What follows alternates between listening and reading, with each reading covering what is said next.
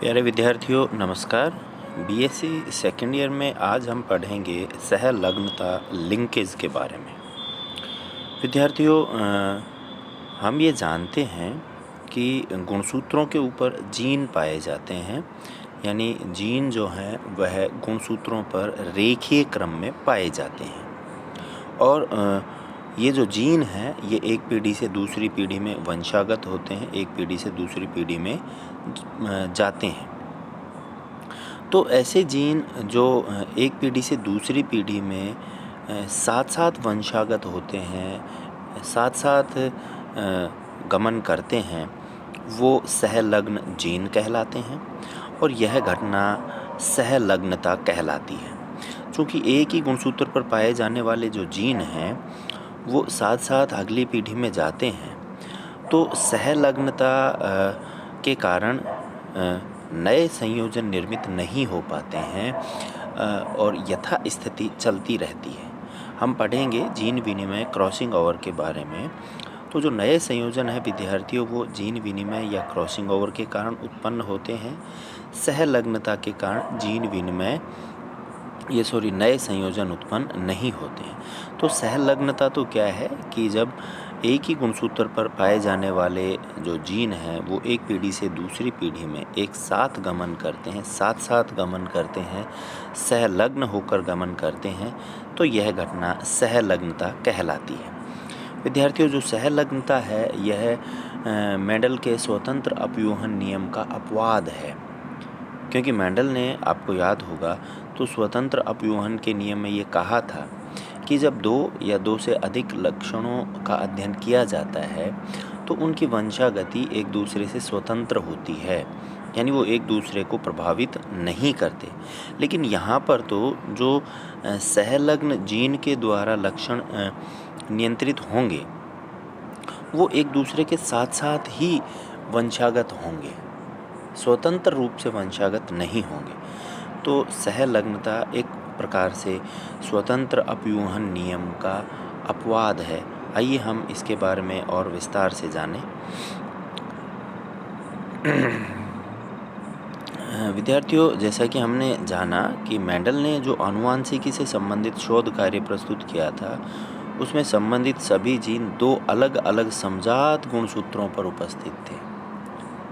तो मेंडल ने तो जो बताया था वो किस आधार पर बताया था कि उनसे संबंधित सभी जीन सहलग्न जीन नहीं थे, है ना।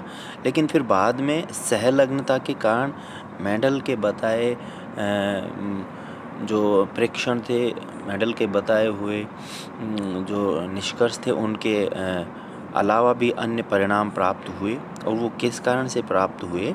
सहलग्नता के कारण से। गुणसूत्रों पर डीएनए में सक्रिय जीन रैखिक क्रम में व्यवस्थित होते हैं, है ना। उच्च पादपों में अर्ध गुणसूत्रीय विभाजन के दौरान समजात गुणसूत्रों में युग्मन होता है। प्रत्येक समजात गुणसूत्र दो अर्ध गुणसूत्रों में से निर्मित मध्यावस्था में स्पष्ट दिखाई देते हैं। इस अवस्था में अभगिनी यानी नॉन सिस्टर गुणसूत्रीय भुजाओं में जीन विनिमय होता है, क्रॉसिंग ओवर होता है, ये हम पढ़ेंगे, जिसमें गुणसूत्र खंडों का आदान प्रदान होता है। जीन विनिमय के दौरान केवल उन्हीं जीनों का आदान प्रदान संभव होता है जो दो अलग अलग समजात गुणसूत्रों पर उपस्थित होते हैं, परंतु ऐसे भी जीन पाए जाते हैं जो एक ही गुणसूत्र पर उपस्थित होते हैं तथा वे एक साथ ही संतति में स्थानांतरित होते हैं। तो ऐसे जीन जो एक ही गुणसूत्र पर उपस्थित हों और एक साथ ही संतति में स्थानांतरित हों तो उन्हें सहलग्नी जीन यानी लिंक्ड जीन, और इस घटना को उनका जो स्थानांतरण है वह क्या कहलाती है? सहलग्नता कहलाती है। विद्यार्थियों सहलग्नता की अगर हम परिभाषा देखें तो ये है कि सहलग्न जीन एक साथ ही संतति में स्थानांतरित होते हैं, अतः एक ही गुणसूत्र पर उपस्थित समस्त जीन समूह के जीन पर मेंडल के स्वतंत्र अपव्यूहन का नियम लागू नहीं होता, क्योंकि इस नियम की आवश्यक शर्त जीनों का दो अलग अलग गुणसूत्रों में उपस्थित होना है, जबकि सहलग्न जीन एक ही गुणसूत्र पर उपस्थित होते हैं। तो सहलग्नता क्या हो गई? गुणसूत्रों का एक साथ संतति में वंशागत होना ही सहलग्नता होती है।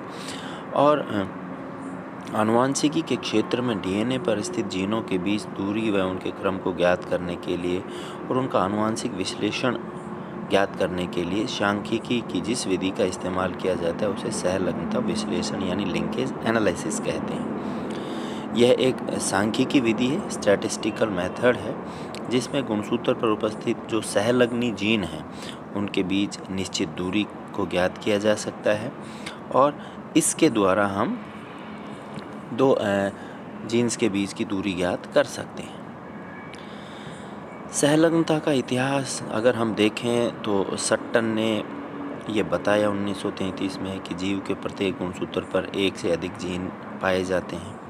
वैटसन और पुन्नेट ने लैथाइरस ऑडोरेटस, जिसको मीठी मटर कहते हैं, उस पर सबसे पहले संलग्न जीन जो लिंक्ड जीन है उनके बारे में बताया। और टीएच मॉर्गन ने फल मक्खी पर, फ्रूट जो फ्लाई होती है उस पर प्रयोग करते हुए सबसे पहले सहलग्नता शब्द दिया, यानी सहलग्नता शब्द का प्रतिपादन सबसे पहले मॉर्गन ने किया था। और इन वैज्ञानिकों ने कुछ सिद्धांत प्रतिपादित किए। पहला सिद्धांत है वैटसन तथा पुन्नेट का युग्मन तथा प्रतिकर्षण का सिद्धांत। तो युग्मन यानी कपलिंग एंड रिपल्सन थ्योरी है, वो हमें क्या कहती है, ये हम दो अवस्थाओं में समझ सकते हैं।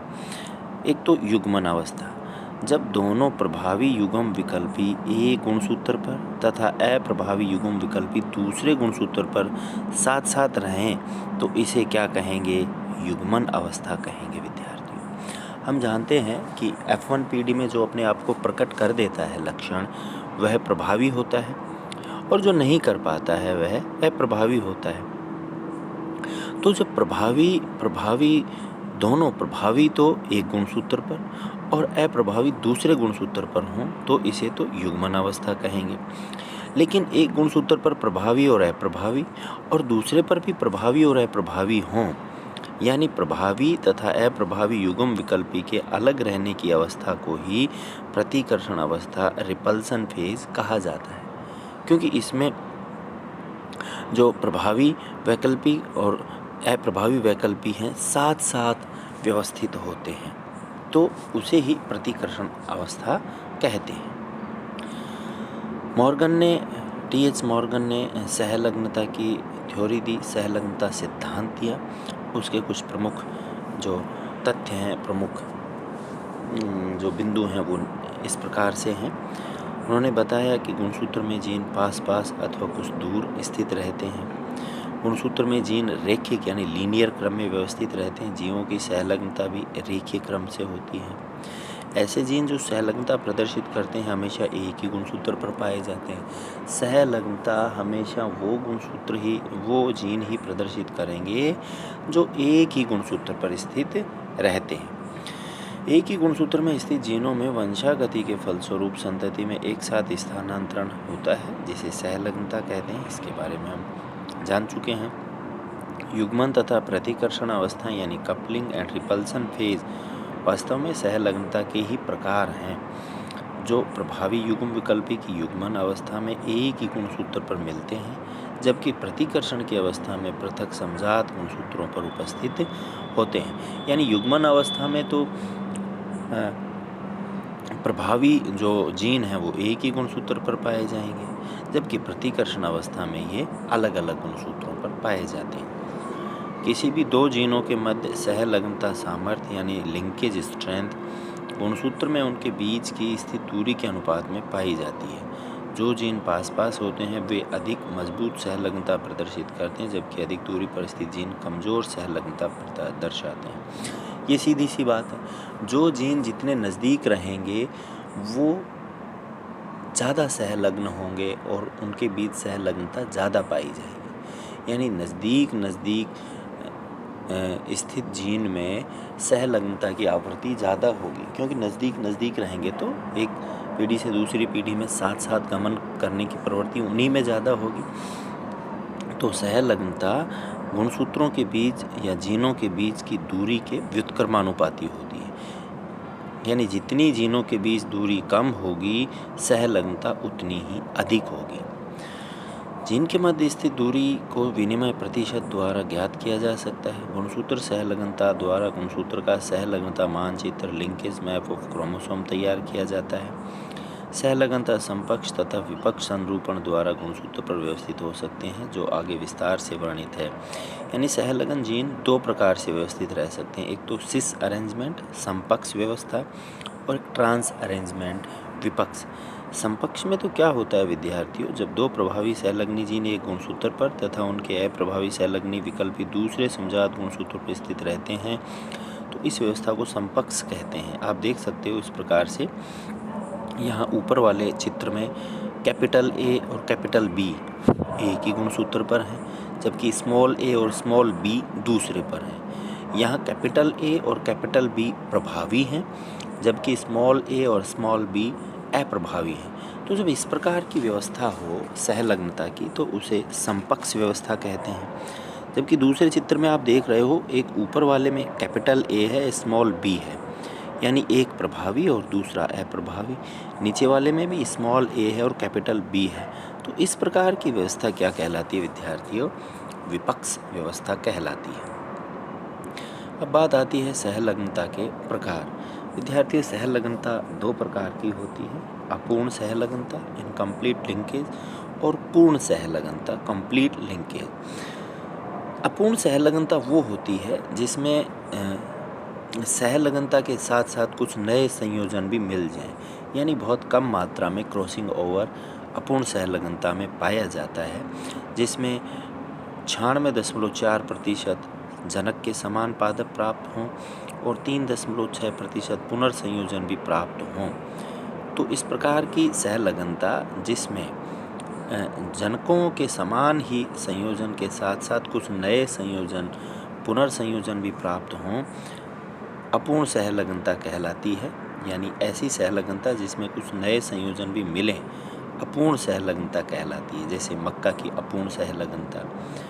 और दूसरी है पूर्ण सहलग्नता, कि जब जीन का आदान प्रदान नहीं होता है, क्रॉसिंग ओवर बिल्कुल भी नहीं होता है, तो इसमें पुनर्संयोजन नहीं होते हैं, यानी सभी जीन सहलग्नता प्रदर्शित करते हैं, बिल्कुल भी थोड़ी मात्रा में भी क्रॉसिंग ओवर जब नहीं होता है, तो इसे पूर्ण सहलग्नता कहते हैं। जैसे नर ड्रोसोफिला मक्खी में स्लेटी रंग के तथा अवशेषी पंख जो हैं, वो पूर्ण सहलग्नता का एक प्रकार से अच्छा उदाहरण है।